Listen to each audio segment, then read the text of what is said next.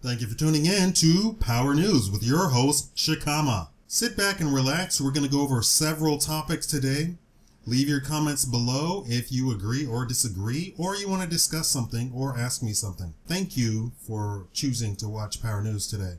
The Supreme Court to stop Obama's power grab. The U.S. Supreme Court heard oral arguments Monday regarding the constitutionality of President Obama's recess appointments to the National Labor Relations Board.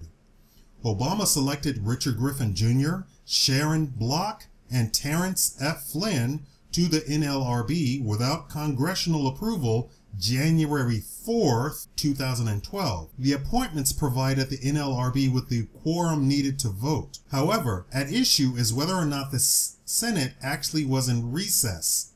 The Supreme Court recounts the day before the appointments, January 3rd, 2012, Congress had technically begun the second session of the 112th Congress, but the Senate had quickly adjourned and most senators left town. However, the Senate did hold several very brief sessions. These are known as pro forma sessions because little or no work is accomplished. President Obama's questionable interpretation of the Constitution has not been confined to these appointments.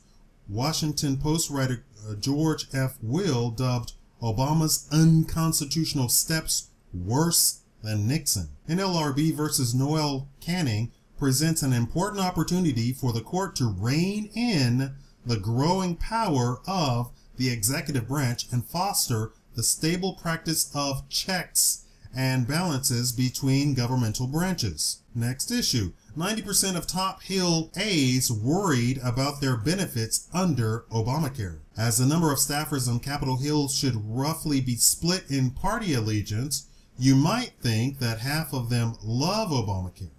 Well, it seems that this isn't true. In a new survey put out by the Congressional Management Foundation, 90% of the staffers said they are worried about benefit changes under the new healthcare law. Maybe Democrats are changing their tunes on Obamacare. The survey also found that 86% are anxious about the financial hit from the Affordable Care Act, while 79% also cited worries about access under the new rules.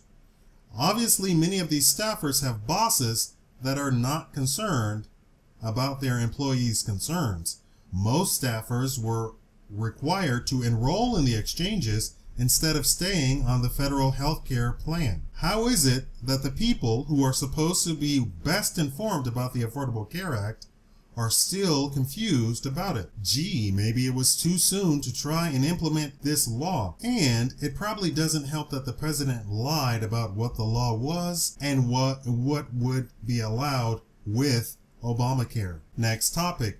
Nigeria bans gay marriage and all gay meetings, including clubs and bars and such. Now, this is a topic that was in the news, plastered prominently. Why is this news?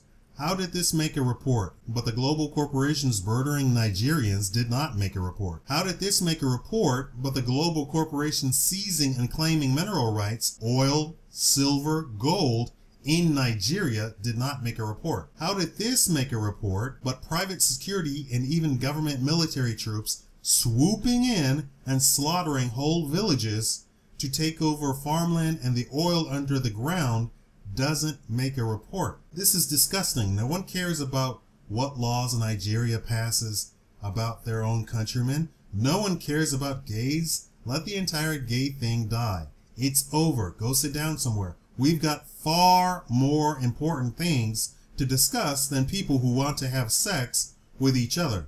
Men, women, and children are getting slaughtered and starved in one of the most richest nations on the African continent. No, the world. And USA Today wants to talk about some gay crap about a country most Americans can't even point out on a map. Supreme Court rejects 20-week abortion ban. The Supreme Court has rejected Arizona's bid to put in place its ban on most abortions after 20 weeks of pregnancy and will not hear the case. The justices on Monday declined to reconsider a lower court ruling that, quote, "The law violates a woman's constitutionally protected right to terminate a pregnancy before a fetus is able to survive outside the womb. In all, 9 states have passed legislation banning abortions after 20 weeks, including Texas, which overcame an infamous filibuster and some nasty protests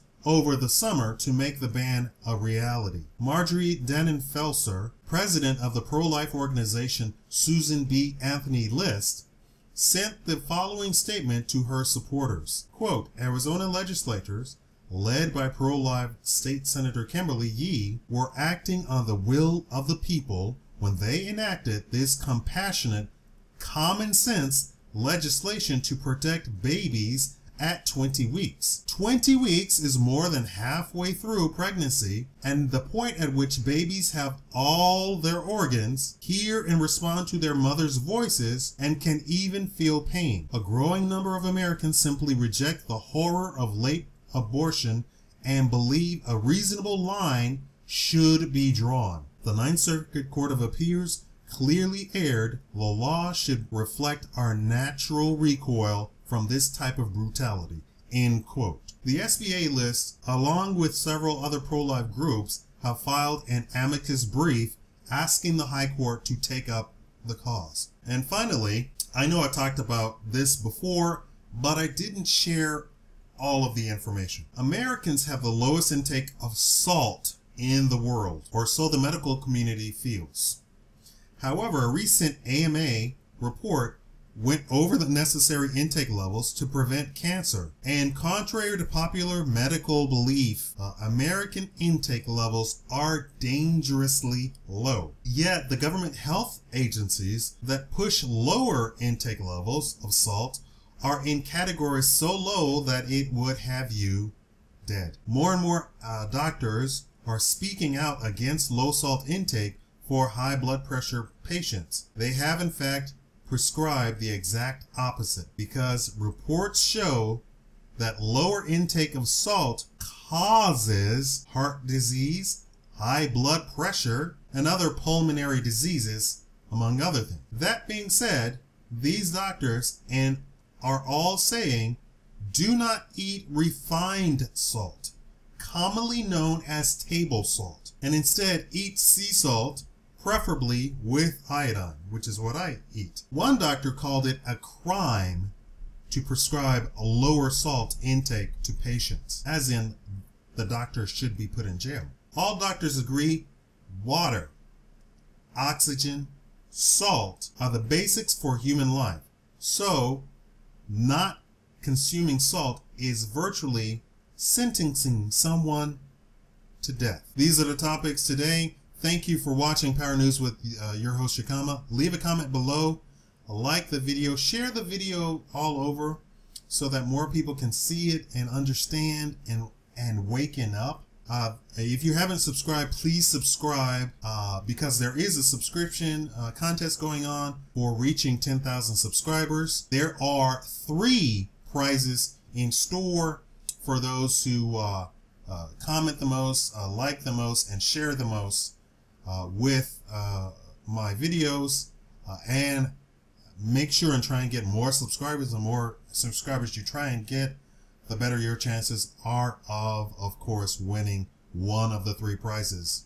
The top prize is a pretty good prize. Thank you for watching Power News.